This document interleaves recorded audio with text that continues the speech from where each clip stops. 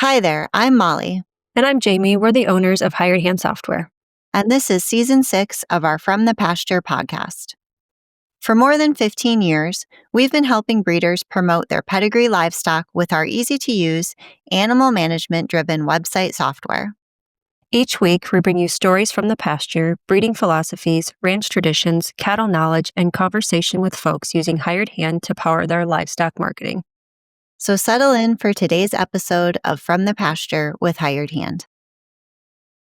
Welcome back to From the Pasture podcast. I'm your host, Molly Clubb, and today's episode is a very special one for us. We're sitting down with Heather Sheppard, joined by her dad, Peter, from Sheppard Farm on Apple Hill. In 2026, Sheppard Farm is celebrating 50 years on the land, a huge milestone that represents family, stewardship, and a deep commitment to agriculture. They're also well known for their Highland cattle, a breed with a rich history and a loyal following. Heather, Peter, thank you both for being here. Thanks for having us. Thank you. Let's go ahead and start at the very beginning. Can you tell us how Sheppard Farm on Apple Hill got its start and what this land has meant to you and your family for the last 50 years? Well, the farm has been in our family now, parts of it for over 100 years. Started by my grandfather started buying land in the Hanover area. And my involvement started when I got out of college, and we had a lot of pasture that wasn't being used for anything. And I wanted to do something with it. So I looked around and looked at a lot of different different types of cattle, and settled on the Highlanders. They had cute faces. So that's how I got started. I mean, the farm had been a cash crop, small grain farm from the time of the 20s. And my only interest was in the cattle. So we got our first Highlanders in October, which is, of course, a terrible time to get cattle because you figure out what you don't know in a hurry, from feeding to watering to everything. So that was our start. The family has had a multi-generational interest in preserving land. Whenever land adjacent to our farm becomes available, we usually purchase it. We are in a very fast-growing part of Pennsylvania, and what isn't farmland very quickly becomes under houses. So our farm has continued to grow and continued in the interest in Highlanders. About you, Heather, tell us a little bit about your start and when you came into this history. So I really got started very late in the game. After college and I got married, we moved to Texas and I spent 5 years in Texas. And I think that's where I got the real appreciation of what my dad had been producing was an all-natural grass-fed product. And when I moved back in 2007, I moved back from Texas. And then in 2008, I started selling the beef at farmers markets as an all-natural grass-fed beef and was really focused on the beef sales side. And over time, Dad encouraged me to come out. Hey, I'm working with these clients that are coming in. I could really use a second set of hands selling these cattle because in 2009, 2010, Highlands were really a harder sell. There wasn't an interest. They were a heritage breed, a slower grow, and, there just wasn't the interest that there is now. So over time, Dad invited me to the fold, and I got into selling the live animals, and then basically moved into it being my daily job around 2016, 2017. So you mentioned that Highlands weren't super popular, back when you started, but Peter, were they very common at all in Pennsylvania when you started? Were there other, ranches that you could go visit to learn from, or what did people There were say? only 3 herds in Pennsylvania when I started.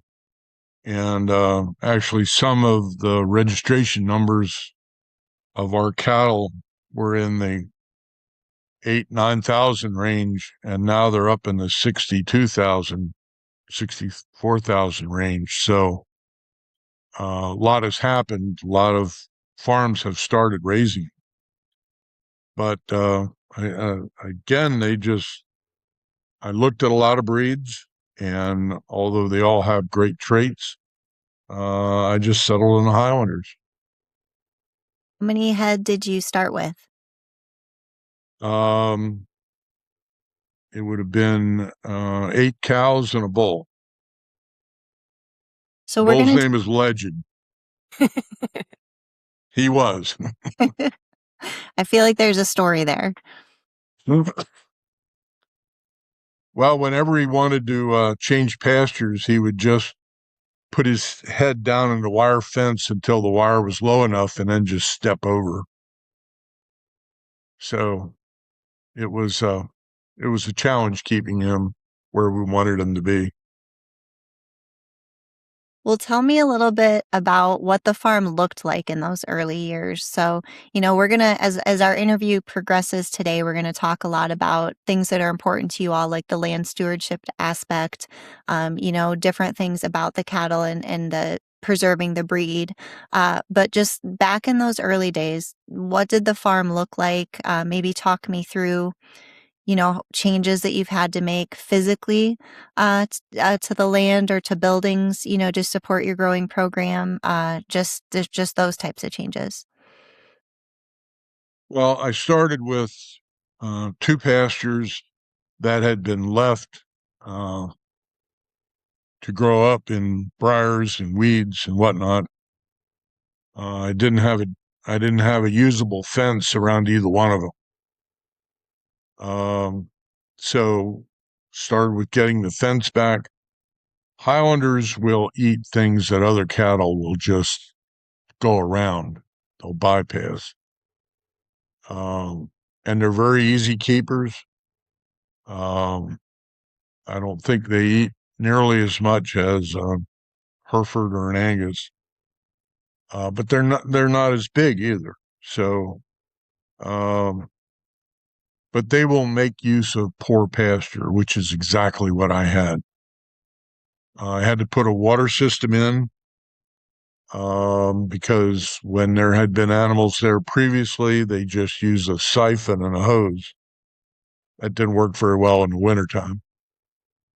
I had a variety of different systems I used. I used a Chinese water wheel to fill a watering trough.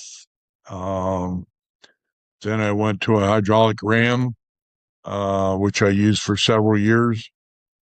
And then eventually broke down and put an electrical service. And the one pasture goes right by a stream, so I would pull water out of the stream to use our water. Still use it that way. And that is the one trough that over the 50 years has never frozen, which is astonishing. What about, can you talk to me a little bit about maybe how like your working pens or your fencing system has changed, or if you have, if you've adapted your outbuildings or, your barns over the years? Well, initially I built 2 pole buildings, just a one-sided building with a corral where I could isolate a cow and calf.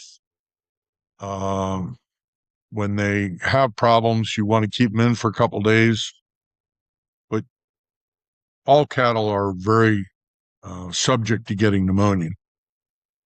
So you don't want to have them in a closed building that's nice and warm and whatnot. You think you're doing the best thing for them, and the second they get outside, they'll get pneumonia. So originally it was just a one-sided pole building. Now we use the barns that are on the farm as we have a nursery under the one. We use the original bullpens that were there from the 20s at when they, had a dairy farm there. So we used what we've had. We've updated them. But yeah, I always used wire fence. Box wire fence was the easiest fence to put up. When you could get good wire fence, it was great. It's very difficult to get that wire now, and actually we're transitioning over to a 4-board fence. Well, one of the things Dad touched on is... on our farm. Yeah, sorry, Dad. Part of our operation is a sawmill, so we saw our own boards and make our own fence. What I was going to add to that is we had a situation where we had a really late snow, and the calf, and I know we'll talk about it later, but the calf ended up living. We had to pull the calf because the calf was just too cold, and we had no place to take the mom and the baby. So the calf ended up living in my bathroom for 2.5 weeks with my small children, which was awesome, but also not ideal. So that's next year. We worked on cleaning out some of those older buildings that had other uses. And so now we have, using our 1927 bank barn, 2 long pens that we can break into 4 separate stalls as a nursery, just in case we need to bring mom and a calf in to get out of the weather, whether it's, 6 inches of mud or 6 inches of snow. But typically they calve in the field. But that was one of the big changes that took place during my time. And Dad's right, with the 4-board fences and the wire not being as strong, it's much better for us to move towards that 4-board fence. And it's kind of easier to repair in some cases when cars go through the fence. Let's switch gears a little bit and let's focus on the family operation aspect of the farm. So what has it been like working together as a father-daughter team? Well, from my perspective, I like to work with the animals. I like to make hay. And of course, with the size of our herd now, making hay is a major undertaking. But I'm not good at selling. I've never been good at selling. And Heather has the ability to market these animals, know what the market is, and make friendships and relationships with other Highland farms that are long-lasting and work well for everybody. Dad has a wealth of knowledge on this breed that, I tell people on a regular basis, I stand on the shoulders of Dad and those people who I've learned from, because my background is not in agriculture. So, and a lot of it is learning by doing. We've pulled calves together. It's not my favorite thing to call Dad at 2 a.m. and be like, hey, I can't get it out. It's, and comes up and we save the cow, and, you have those really horrible moments, and then you have some really amazing ones where you're all working together and you get the calf out and everybody's great, But I've learned so much from him. If I learn 1/4 of what he knows about tractors, I will consider that an absolute gift. Dad's breadth of knowledge on equipment and making hay is phenomenal. And, we work well together because it's I'm going here, you're going there, and the concurrent activity brings us to a place that's beneficial for the farm, the cows, and the operation. I have to tell one story on Heather. Geez. When she was, guess you might have been a teenager. Are you We talking about the had this pigs? annual function in our county called the That one, Bull no. Ball. And it was a dinner dance that everybody brought their herd bull. And the idea was to have as many breeds there as possible. So we'd have dinner, and then they'd put the tarps down, and you'd bring your bull into the conference center, the fire hall. We even had it in a Sheraton one time. And you talk about your bull, and then you take your bull out. Next bull comes in, and you put your bulls back on the trailer, and then, and then it's a dinner dance. But I sent Heather and her brother loose with this 6-8 month old bull through the crowd, and the number of herd owners that came up to me and go, "I hate you. My wife wants one of these in the worst way." But you can say that was my attempt at marketing. Yeah. Yeah. And what's funny, Molly, is that in some ways I have borrowed from that book, because I have people who are skeptical on how well behaved our bulls are. And I have 3 daughters, and all 3 of them have trained bulls. My oldest 2 have really trained the majority of the bulls that left this farm. And so when someone says, well, are they good around kids? I send a video of my daughters going out in the field, putting the halter on, taking them for a walk, So yeah, using your child to market animals. But it also is a great indication of the animal's disposition too. They are very intelligent animals, and if they're treated with kindness, they'll return that kindness. And our bulls come when they're called, and it's interesting to see Heather work with them. If they've done something wrong, she scolds them, they hang their head. But it's a good working relationship. Well, you mentioned a brother, you mentioned some children. Is there anyone else in the family that plays a role? Does everyone kind of get involved, or how does that work? No, it's pretty just the 2 of us.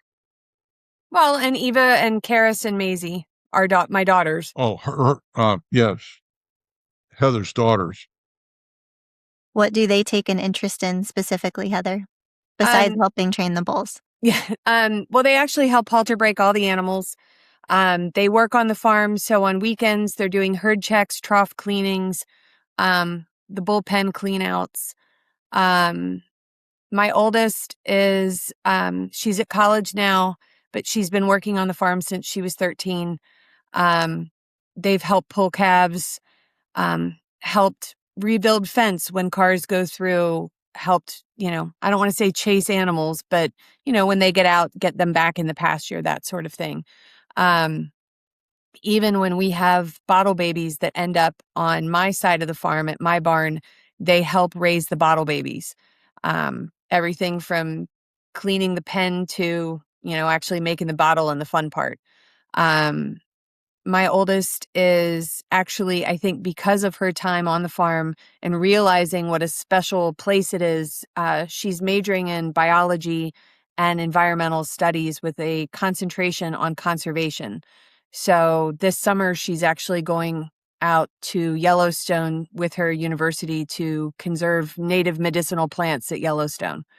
So I'd like to think that the seeds of that were planted here, which is pretty awesome. My middle daughter comes with me to do sales. She is a far more gregarious person, so a lot of our agritourism events, Karis is there talking with people. And then my youngest is 11, and she works in the store. So we have a farm store that sells beef and merchandise, and she's behind the counter and talking to people. And she's just getting to the age where I feel that she can help guide some of the agritourism events and things like that we do. It's just interesting because we have found that not everybody believes an 11-year-old. So, I'd like her to be a little bit older before I subject her to that sort of thing. But all three of them help halter break calves and get involved. So you touched on a few things here that I want to talk about a little further, and correct me if I'm wrong. But when you and I were working on the outline, I think I understood this correctly. So you halter break your animals for temperament, but you're not halter breaking them for the show ring because No. you aren't active in showing, right? We show at York State Fair, which is the state fair for Pennsylvania. And that's about it. We went to Denver this year to celebrate our 50th. And that was a lot of work. And I have great respect for those people who make showing their weekend. But we do York Fair largely because it's an educational event, not a show event. So there's no clipping. There's to be no clipping, no fitting, and no paint at York because they want us to show Highlands as they are, to educate the public that's coming. This is a heritage breed. We're the day after the Longhorns. So Longhorns go first. Then they tried to do it all in one day. It just went on too long. So we have our own day now. So that's the one we're involved in because it's more of an educational event. But we do have some animals that have the temperament for showing. And so those are the ones we take to York. The idea of halter breaking all of our heifers, and, obviously we halter break the bulls and one or two steers. The idea behind halter training is that I want the first experience that animal has on a halter to be a positive one so that when they get to be full size, God forbid they have a calving incident, an injury, anything like that. If they have to have a halter put on, I don't want them to be like, oh my God. Like, I want them to know, okay, this human's trying to help me. So they do have long memories. We have had some older girls that we've been able to throw lassos over their horns and they fight it while they're trying to, deliver a calf or they're injured. And I'd rather avoid that stage of the process. And it also helps out the future buyer too for their animal husbandry and their future with that animal. So our listeners that might be more familiar with the breeds that they raise, whether that be, Longhorn, Angus, Hereford, that type of stuff, what would you say to folks that are maybe rolling their eyes at the fact that you take the time to, go through that trouble, as some would look at it, of halter breaking, the animals and that type of stuff? And then additionally, tell me about, I'm sure you've gotten feedback from people who have purchased your animals, thankful that you did that. So, tell me a few of those stories. Well, first of all, I would say that everybody needs to do what works for them in their pasture. It's not something that works for everybody. But the reason we started doing that was because of situations we had with older cows and it being harder to work with them and making the conscious choice of, okay, would this help? Would this help if? And it also gives me an idea of personality. Our Highland buyer is very different than a commercial herd. So for those people who run 400 animals, no, this isn't going to work. We run, right now we're at 194 animals. It's calving season. And no, we don't halter break all the steers. But all the steers come to a white bucket full of grain. So I can move my animals that way. We do that because, again, it is a decision we made based on experience and making it easier for us. The feedback that we have had from our customers has been very positive. Some of our continued customers come from the fact that we halter train every animal. And I've even said to them, she's not crazy about being on the halter, but she'll be a great brood cow for you, that sort of thing. And they move to the new pasture and they're with the new family and they become a house pet. And they want to be brushed and combed and all that because the seeds were planted here and they bloomed somewhere else. Totally fine with that. But one of the things that we do, Molly, is I ask the customer what their goals are for owning Highlands. As I started selling with Dad, I discovered that one, it takes a lot of time to interview people as to whether they should own a cow, let alone a hamster. Some people have 1 acre and they don't need a cow. They need something else. So we developed a questionnaire, and the very last question is, what are your goals for owning these animals? Knowing you're going to have to feed them, knowing you're going to have the vet out, all these things. And once I learn what their goals are, then I try to match the animal with the goal. If their goal is to be a beef producer, then they don't need that snuggly cow. They really don't. They need to be able to go get the calf and work the animal. But if it's, I want to raise brood stock and do agritourism, then that's a different animal. Not every animal wants to do agritourism. Not every animal wants to be around people. And not every Highland should have their genetics put back into the pool if they choose violence or they're too hard to work.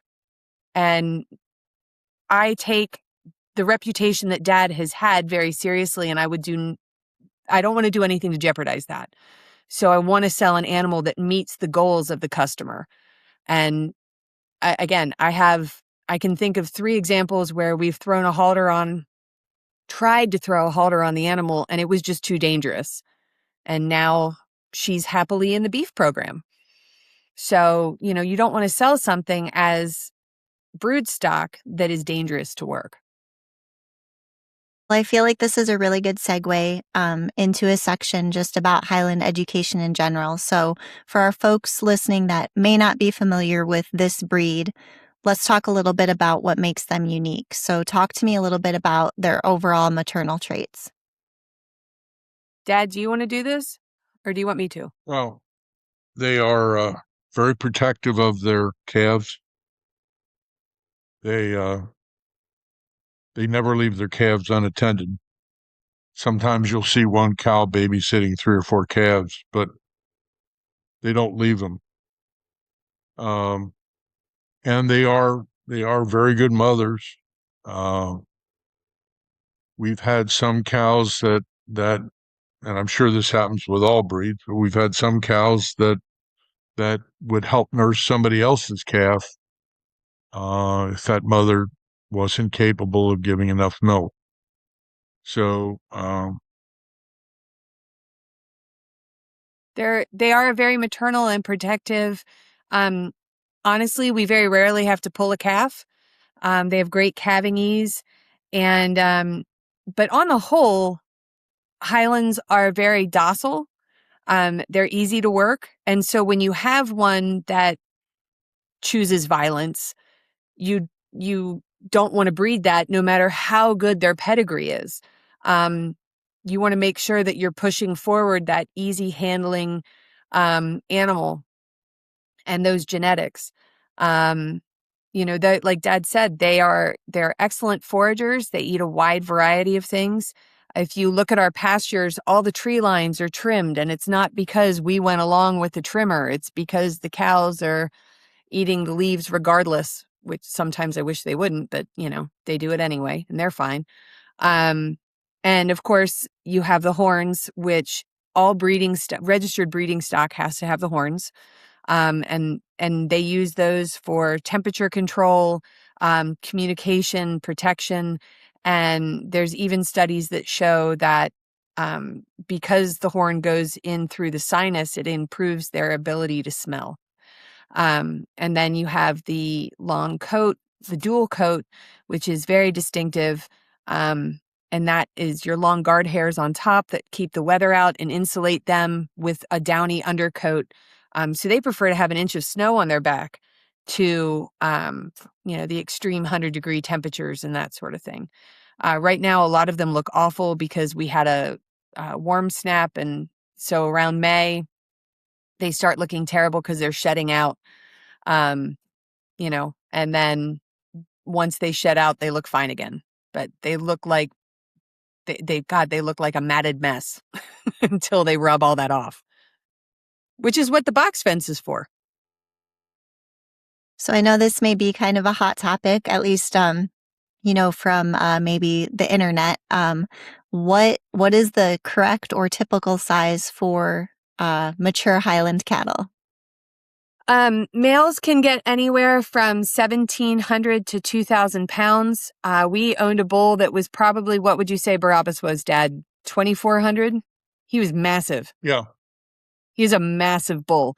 And then our cows range in range in weight. I think our smallest is probably around 1,100 and our biggest is pushing 1,600 pounds. Miniature Highlands are not a thing. They're just not. And I'm not going to hop on that soapbox. Wasn't Barabbas the one that was in the wedding? He was best bull in the wedding. Two of our bulls have been in a wedding. Barabbas was in a wedding, and then Column was in a wedding also. See the bride in her dress. You see the groom and the bulls standing between them. So, yes, he looked very happy to be there. He was. They both were. But Highlands are not a miniature breed. One of the things you touched on in one of your answers, Heather, was pedigree. So talk to me a little bit about not only how important pedigree is for the breeding side of the stock, but also how long it took you to maybe learn, what you were looking for in pedigrees for animals you were wanting to bring into the program. And Peter, same for you, when you were just getting started, a little bit about that learning curve and what popular bloodlines or what bloodlines you've come to inject into your program that you like. I'm going to let Dad start.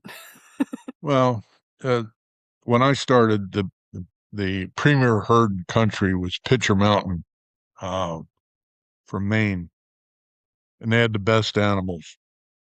But Highlanders have when I started, had the opportunity to improve their conformation through the selection of bulls, through the selection of cows that you allowed to remain on the farm and the ones you didn't send down the road.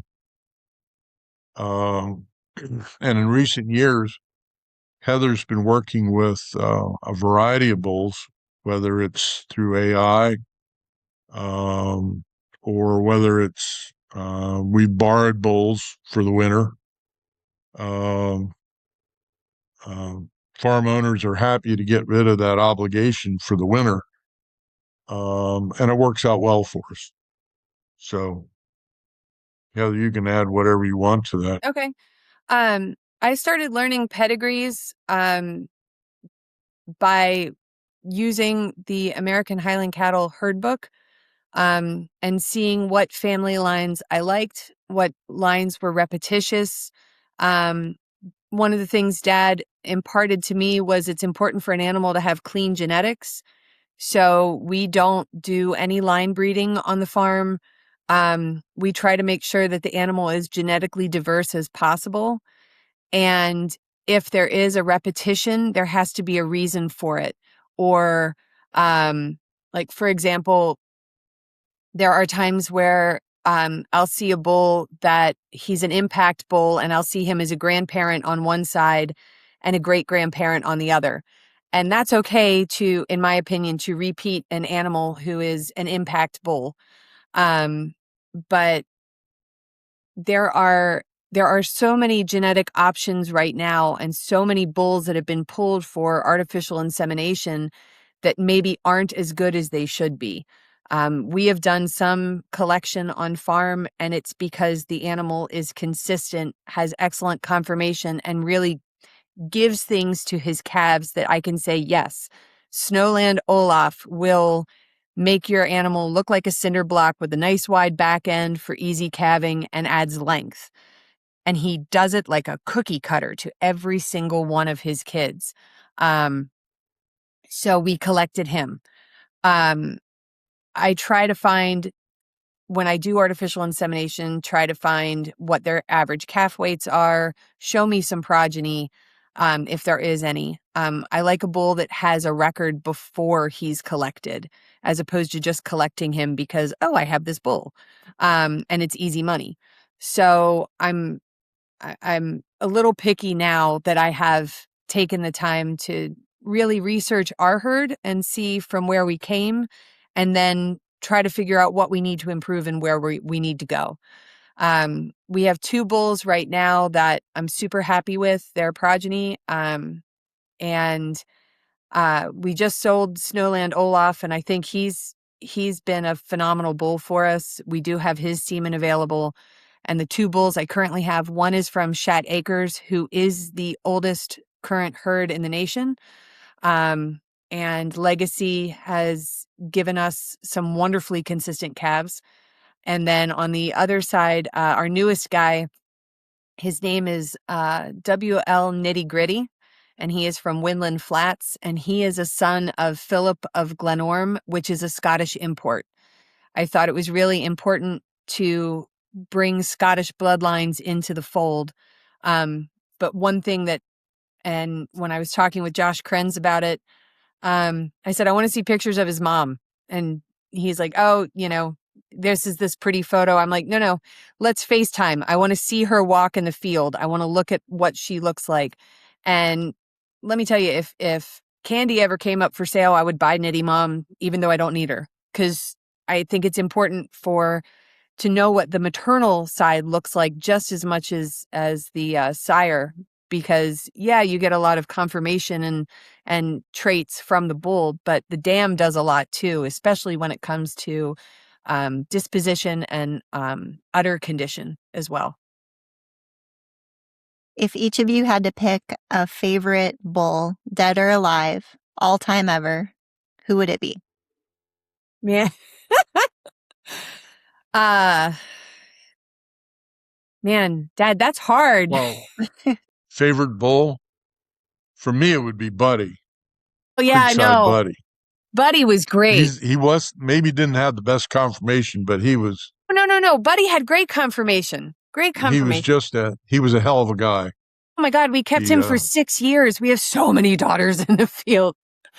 But if Buddy wasn't done working, and part of it's conformation, and he is an impact sire, but he was a huge dude. And if he wasn't done working and you pushed him in the corral and were like, all right, time to go, he would just look at you and walk over to the gate and stick his horns in the gate and lift the gate off the hinges and then politely set it back down, walk out. And the next day he'd be back in the crowd to let you know, okay, I'm done now. Thank you.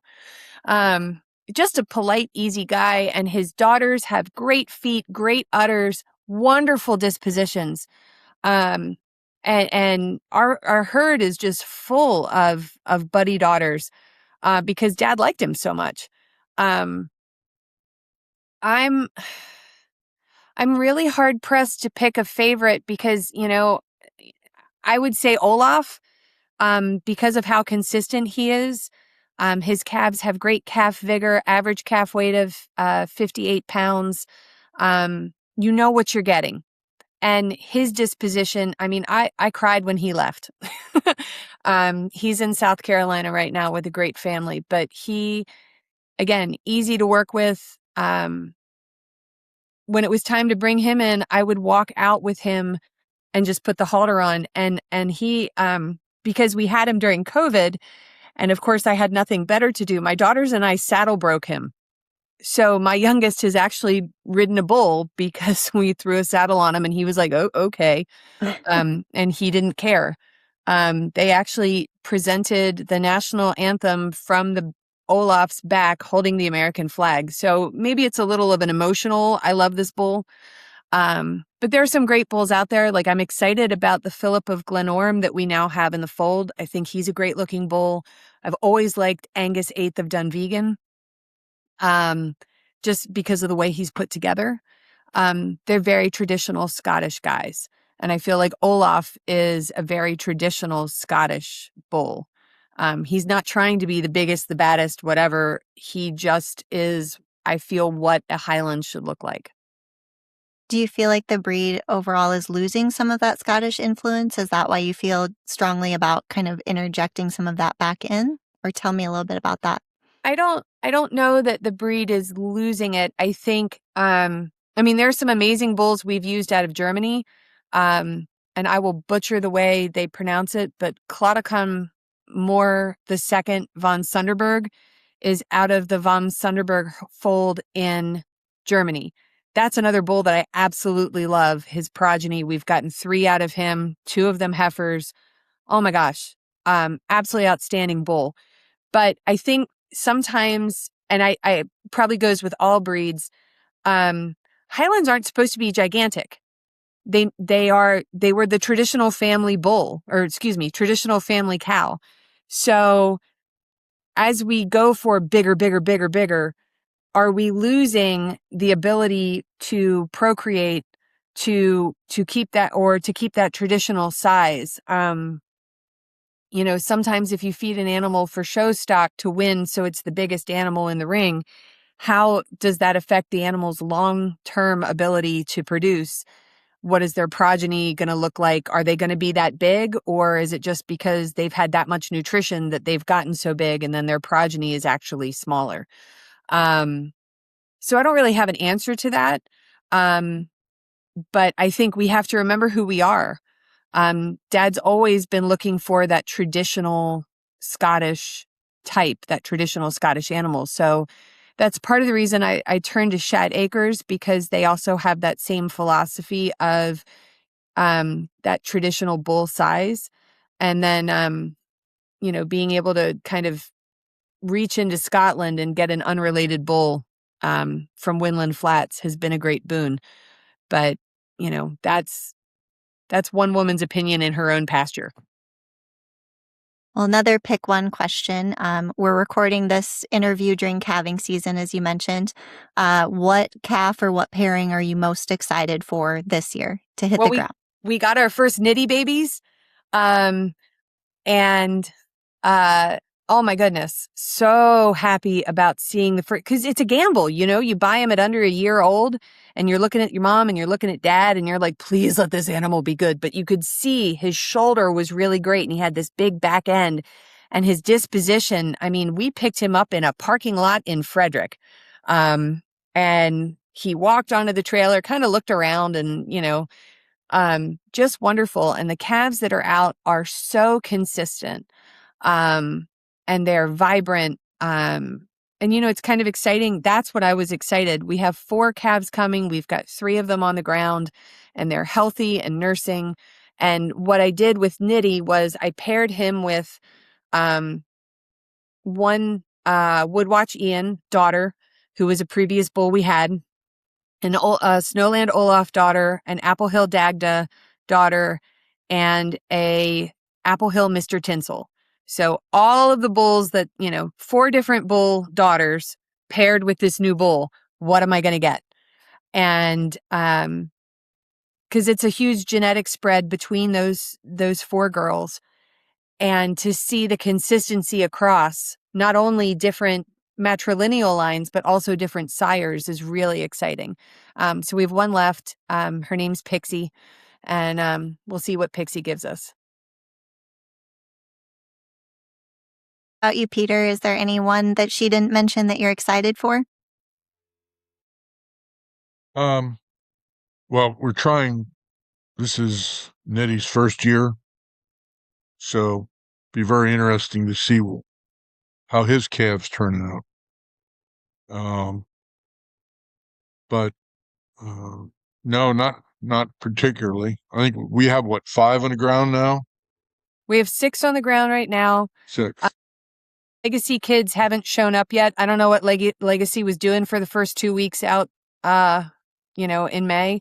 But this is our last round of Olaf kids in 194. So we're getting really good calves out of him right now. But like I said, I think Legacy was twiddling his thumbs or, doing a pasture sweep for the first 2 weeks. So, but they'll all come like popcorn shortly. Molly, we have 2 calving seasons we have the spring season that we're in the middle of right now, but our bigger season actually gives us fall calves. So we will have twice as many calves in the fall as we have now. Yeah, the fall is crazy. All right, well, let's switch gears a little bit again and talk about this big 50-year celebration. Obviously, for anyone that's been in farming, ranching, 50 years is no small milestone. And add on top of that, Peter, like you mentioned, that the land has been in your family for even over 100 years. As you both look back over the last 50 years or, however long you've been involved, what are you most proud of as a family and as a farm? For me, it's that we found a sustainable business that can promote farming, that has, I mean, we've done a lot with the land. We've improved the land. And certainly the Highlanders are a benefit to us, but also our community. We also, our neighbor is a golf course that has a restaurant called Highland Taps and Tables, and they sell our beef in the restaurant. So it's a partnership that works very well. But again, from what I started with, we've come a long way. And the fact that Heather represents the fourth generation of our family to be involved, and her kids hopefully find their way back after college, find a way back to come back to the farm and be a part of it.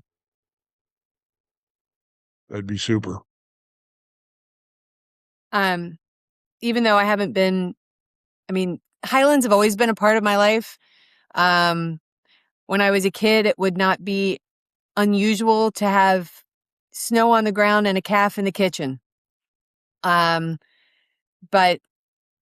coming home after starting a family and getting involved, I think it's been incredible to be able to do this. It allows me to be a mom and farm and bring my kids to work and teach them about the importance of agriculture, land stewardship, how precious farmland and green space is.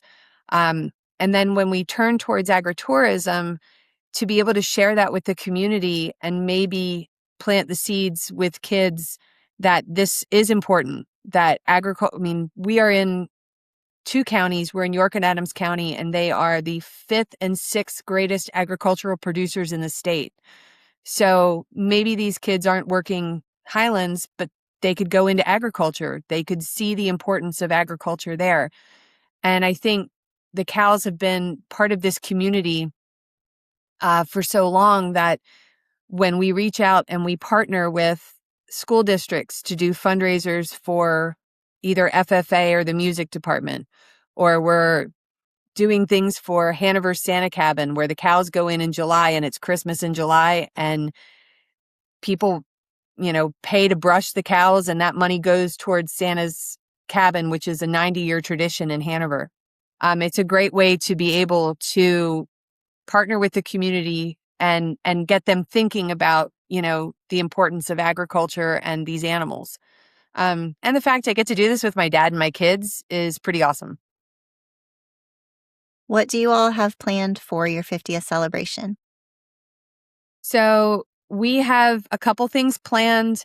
The big one is the national gathering for the American Highland Cattle Association will be held in June on our farm. We have invited speakers to come talk to, we're expecting about 200 farms. So we've invited speakers to come talk. Joel Salatin from Polyface Farm will be there. Michelle Miller will be there. And then a woman by the name of Tony Filippone. Joel Salatin will be talking about extending hay days, pasture management, all the wonderful things he talks about. Michelle Miller will be speaking on connecting with customers, whether you're selling brood stock, merchandise, or beef. How to connect with customers using social media, using the internet, that sort of thing. And one thing that we are going to talk about that I'm pretty excited about because I don't think it's talked about a lot. Tony Filippone is a speaker from a group called Master Grief. And farming has a lot of mental health issues that come up that's under, calving loss, farm crop loss. And we don't talk about those things. So I'm hoping that her speaking can really touch on farming mental health and really giving people tools to not only, understand that sometimes there's nothing you can do. Sometimes the calf just dies. But dealing and processing with that grief so you're not carrying it around. We find a lot of new producers are out between years 3 and 5 for various reasons. Dad started, I think, what are you up to, Dad? 200 plus farms at this point. So Dad started a lot of farms over the years, and a lot of them are out between years 3 and 5 because they don't have good pasture management or hay prices and that sort of thing. They don't know how to find customers for, now I have beef, now I have brood stock to sell. How do I do that? Or they have suffered a massive loss. So, and they just don't recover from that. So our goal with this birthday celebration is like, hey, we've been doing this for 50 years. Let's arm you with the tools so that maybe you can continue, make past that hump 3 to 5 and celebrate our 50th year by empowering other farms to continue on in farming. That's amazing. Thanks. If someone listening wants to get involved, wants to attend, whether they have cattle now or they're thinking about starting, how can they get in touch with you? How can they learn more? So the information is currently actually on the Mid-Atlantic Highland Cattle's website to sponsor, whether it's a vendor event, because we are going to have a big vendor fair there. My goal is to have all sorts of companies there, from tractors to retail shop things, to help farms in any way they can. So it's the newest products that are available. So there'll be a vendor fair there. So if you have a business that can help people in their animal husbandry farming needs, the vendor fair application is on the Mid-Atlantic's website. We also have sponsorship. So if you want to, see these speakers come and really kind of help with that part of it, because that's a lot. You can participate by sponsoring, and then we will have registration and whatnot will go through the American Highland Cattle Organization. And so that there will be more details on their website coming. Working on that now. And just to clarify for folks listening who might not know, MAHA, or the Mid-Atlantic Highland, is kind of a regional group, while obviously the American Association is more the national registry, correct? Yes. Yeah. The American Highland Cattle Registry is the oldest in the nation. And they are who we do registrations and whatnot through the American Highland Cattle Association. But Mid-Atlantic really helps those breeders in our region, though we have people in Alabama, which definitely isn't Mid-Atlantic, that are part of that member organization, and they hold educational workshops, and they're really meant to be breeder support. Well, throughout this conversation, you've used the word agritourism a lot as it relates to your mission for your farm, but also the breed as a whole. Talk to me a little bit more about that. Tell me what inspired you to start hosting events on the farm, what that has meant for your relationships in your community. Sure. So the agritourism kind of was born from the fact that people started contacting us. Hey, I want to come out to the farm. Oh, Highlands are so cute. I want to come snuggle one.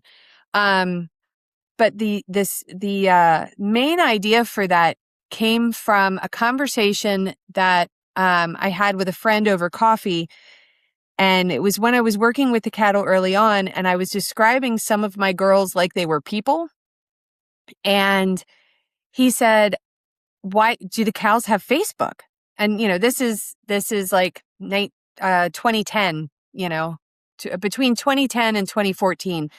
And he's like, "Do the cows have Facebook? It sounds like they all need Facebook profiles." And I was like, "Oh my gosh, the cows should have Facebook. You're absolutely right." And so it kind of started as a joke, but then as the cows started getting this following and people were like, "I want to come visit the farm. How do we do agritourism events that are safe for people?" Because let's be honest, not everybody is a farm person, that are safe for cows and that make it worth our time. So one of the first events we did is Meet the Highlands, where those animals that were going to York Fair were tied to a hay wagon and people would come and brush them. And very small group of people, and it was a giant learning curve. I had some people coming in flowing dresses. Well, I don't work cows in flowing dresses. Dad doesn't have flapping clothes. So the cows weren't used to seeing certain things. So it was a good desensitizing activity for the cows. But then we realized, okay, we have to say, you're going to be on a farm, then, and closed-toed shoes apparently weren't something that made sense to other people. So as we went along, in the early days, we saw what we could do and what we needed to improve upon. So we do an event called Meet the Highlands, but now it is underneath our big barn. They are tied to rails that are from the old dairy operations. So people get to get into the historic, that barn will turn 100 next year, right, Dad? It's a 100-year-old barn. And they brush the cows there, and they're given explanations and they have a small talk. We have a small talk about what the breed is, what they should look like, and the colors, and whatever other questions they have come up. We also do hay rides into the fields. We do two. We do one. We have one coming up in the spring, and then we'll have another one in the fall. It's usually around calving season or towards the end of calving season. And I tell people one is rated G because the bulls aren't in, and one could be NC-17 if the bulls are working. And I'm not going to explain that. That's what your mom is for. So, I should interject, Molly, that somewhere along the way, we introduced fig bars to the herd. That's my kid's fault. And all the cows are addicted to fig bars, like Fig Newtons, except Okay. we buy from Walmart or Ollie's, the less expensive versions. We buy them by the case. And when the hay rides go out, we give many sleeves of fig bars to the people on the wagon. And so the cows know the drill. So when you go out in a herd, the cows all come up looking for their fig bars. So it's everybody gets the giggles feeding cows. Works out really well. I feel like you need to pitch a sponsorship or something there. Maybe you guys could get picked up by Fig Newton for a national. I have tried. I have sent them letters and video. But I know it sounds like a novelty. And again, just somebody who runs commercial cattle, this probably isn't going to work with their operation. But to be able to take the general public in a hay wagon, they're seated on straw or hay. So if you're seated on a hay bale, someone's going to eat your seat. And you take them out into the fold, into the green space, and there is no traffic around, and they're surrounded by cattle and woods and pasture, and they have this positive experience. And yes, the hay wagon is similar to being in a shark cage. You go down into the ocean and you look at the sharks that way. These aren't sharks, but still. The hay wagon goes out. The people are largely protected from the horns, but they get up close and personal, and it's free choice. So it's a really cool way of sharing the land with the community. And getting them to interact and see that these animals are well cared for, and all the feel goods you want to have. The hayride is a lot of fun. But yeah, my kids are responsible for the fig bar. That's a totally different story. But yeah, that my kids are responsible for that. Dad is not. Peter, when you bought those first few Highlanders, when you made that decision, did you ever think it would lead to some of these events Heather just explained? No idea. No, no. We've come a long way. And the relationships that Heather and her daughters have with certain cows and certain bulls is really amazing. And I'm sure if Heather ran into Olaf at some show or whatnot, there'd be a lot of mooing and hugging going on. But no, I had no idea when I got these. I was looking to occupy land that hadn't been farmed or as pasture for a number of years, and it, like I say, it got a life of its own as time went on. What about your farm relationship with your local community and kind of how the events have maybe strengthened that or impacted that? Have you seen a difference there? Absolutely. This year, we're making a point of partnering with different organizations every time we have a farm event, because I do feel like we are part of the community. People tell me all the time, we drive by your cows. Oh, those are the fuzzy cows. It's not like you can miss them. We have partnered with local FFA kids to do events on farm to help them earn enough money to get their jackets. We have partnered with music department at a local school so that they can give scholarships to kids who are going into music. And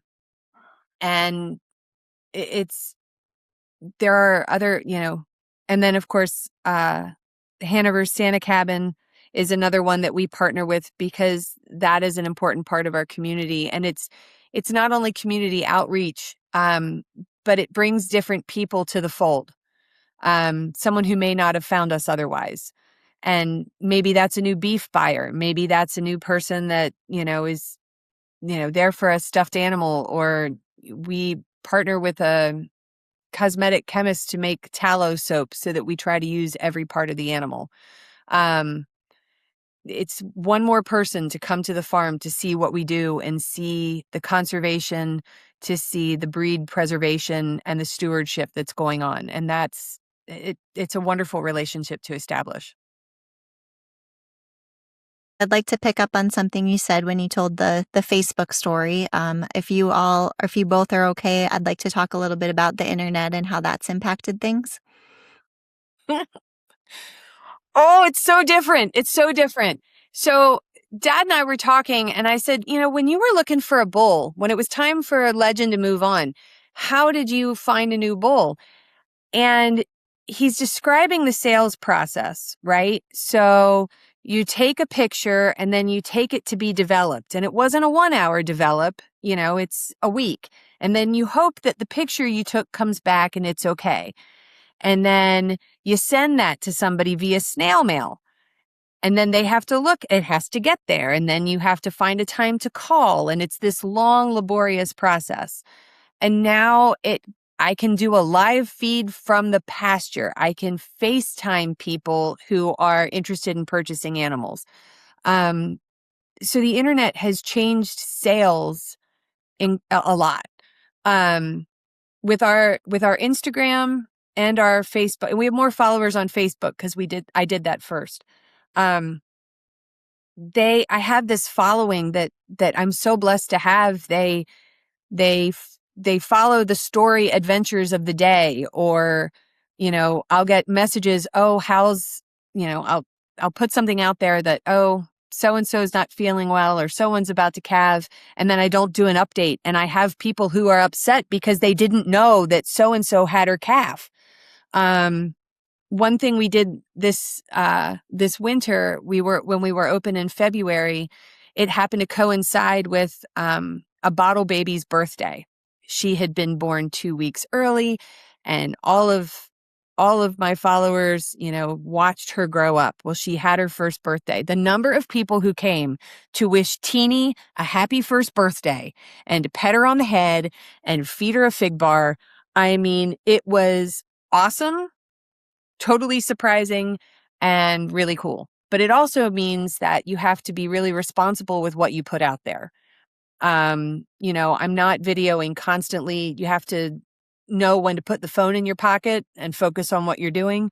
And so some days we're so busy that I have no story because I'm doing stuff. So I think it's been really interesting to have that change from where Dad started to where we are now. And I will say that our website has been huge for both selling events as well as selling animals because of the features that Hired Hands has, especially when it comes to pedigrees. Because before the website, I'm sending pictures of this is mom, this is dad, this is the progeny, yada, yada, yada. Now they can go to our website, click on the cow, and not only does the pedigree show up, but I love the new progeny feature that is on there too. So it really helps with showing off the herd without having people come on property. Was your Hired Hand powered website your first website for the Yes. farm? And so how long between when you put the cows on Facebook to when you got that website? Oh my gosh. I don't know. Like I said, I started the cows on Facebook as kind of a joke. And like truly, like, oh, Madison loves her fig bar today. Like, that wasn't sales. That was just like Heather was bored. So I'm not, gosh, Molly, I don't know when we started with you guys. It's been a while though. It has, yeah. I would say probably at least 5 to 7 years, maybe longer than that. Yeah. Yeah. So it saved me a lot of time. Oh my gosh, it saves so much time. Or you get the person that's tire kicking about, I want to buy an animal today. And our sales policy is clearly listed on our website. So I can say, go to the website, and by being able to push people to the website so they get an idea of what our herd looks like and how we do business, has really helped save me time on the sales end. Well, if you both are okay, I'd like to wind down the episode here with a little bit of a reflective segment to kind of just celebrate your 50 years. Does that sound okay? Yeah. Sure. All right. So I have a couple questions and I'd like you each to kind of fill in the blank or finish the statement, I guess. So the first one, 50 years teaches you patience with everything. It does. It teaches you patience with everything. We're so used to now, like click, click, we have it on the phone. A calf isn't going to feel better. You give her the Banamine, it doesn't happen right away. Her body has to, everything in its time. Tractor breaks during hay season, throwing a fit isn't going to get the job done. You have to have patience with getting the equipment and whatnot together. Or repairing it, no matter how frustrating and how much hay you have down. So I would say it's taught me patience with everything. Dad? Well, certainly handling cattle, you have to be patient. And right after I got the first group of animals, I was trying to herd them and move them from one pasture to another.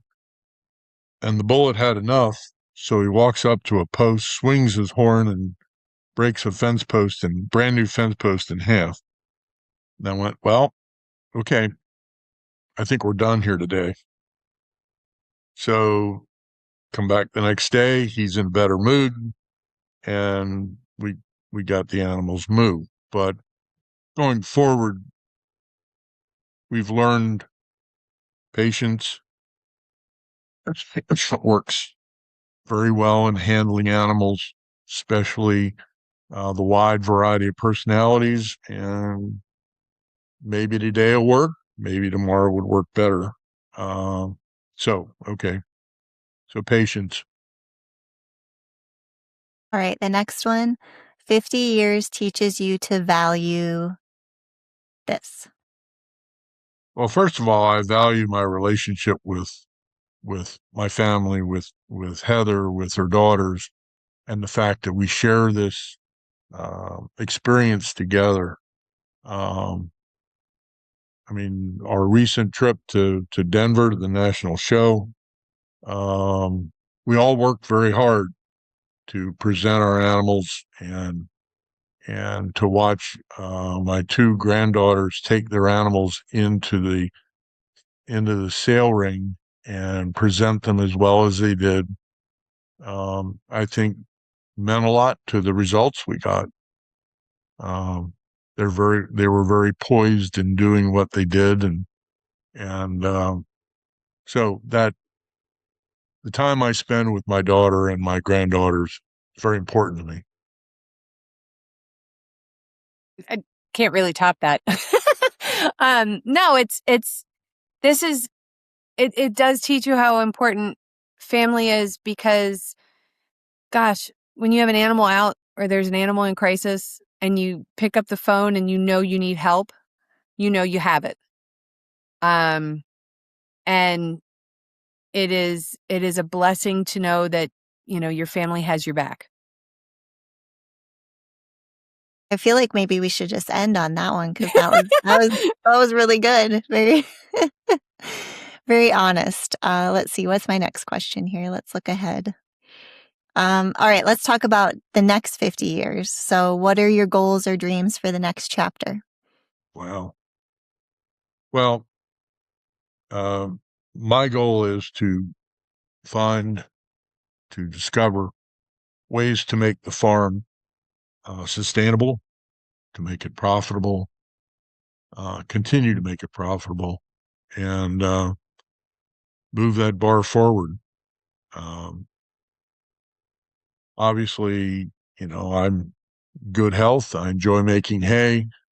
They don't let me handle cattle too much anymore, but I enjoy my involvement, and I hope that continues. But again, to see the farm develop, see it continue to add things that the community will take interest in. That's my goal. I have a lot of goals. And we're open once a month right now. I would like to have the traffic and the beef to be able to be open more than once a month. Obviously increasing our beef production, and that also means the number of customers we have. I would love to be able to continue doing agritourism, and sharing the land and our animals with the community, and continue to produce the best Highlands we can. And as we've learned and grown, we've have amazing people working for us that help us achieve our goals, and also have the vision of continuously improving, and yet staying true to the Scottish Highland breed and truly being a steward of this breed and this herd. So yeah, that's what my 50-year goal is. There's the shorter goal, and then there's the longer term one. Was there anything that you all wanted our listeners to hear from you or take away today that I haven't asked you that you'd like to share? Molly, I don't know. I just feel really blessed to be able to do what I do. I feel really, I feel very seriously that this is a calling and it's a stewardship, to take care of the land, to take care of these animals, and to show others that they are important, that we need both the animals and to preserve the land as best we can. So I don't know. I kind of feel like I already said that, though. About you, Peter, anything else to add? No, I think Heather said it. We'll tell everyone where they can learn more about Sheppard Farm on Apple Hill, your events, your animals, your 50th year celebration. Give me all the website addresses and the social media handles, Heather. Of course. So on Facebook, we are Sheppard Farms. On Instagram, we are Sheppard Farm on Apple Hill. And our website through Hired Hands is shepherdfarmonapple.hill.com. Our events are listed under the events tab, and that is constantly being updated as to what events we have on farm as we either come up with the ideas or, add them to the website. We do have some animals listed for sale. We also have a wait list right now. So if you want to get on the wait list, you do need to contact us, fill out the questionnaire, and upon its completion and return, you'll be placed into the wait list. And we always try to find the right animals for the fold. And it's a choice that makes sure that everybody's happy with. Thank you both so much for sharing your story today. 50 years of Thank you. stewardship. 50 years of stewardship and family and dedication to agriculture is something to really be incredibly proud of. And we're really honored to help you celebrate that milestone and get the word out. And to our listeners, thank you for tuning in to From the Pasture podcast, and we'll see you next time.